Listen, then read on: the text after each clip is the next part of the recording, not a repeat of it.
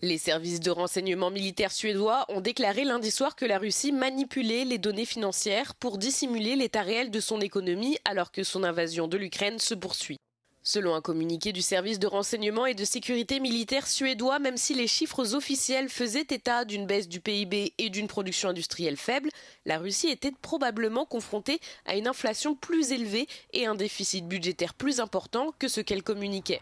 Le service de renseignement a déclaré, malgré la récente période de prix élevés du pétrole qui a permis à la Russie d'augmenter ses recettes, il faudrait un prix supérieur à 100 $ le baril pendant une année entière pour combler le déficit budgétaire russe.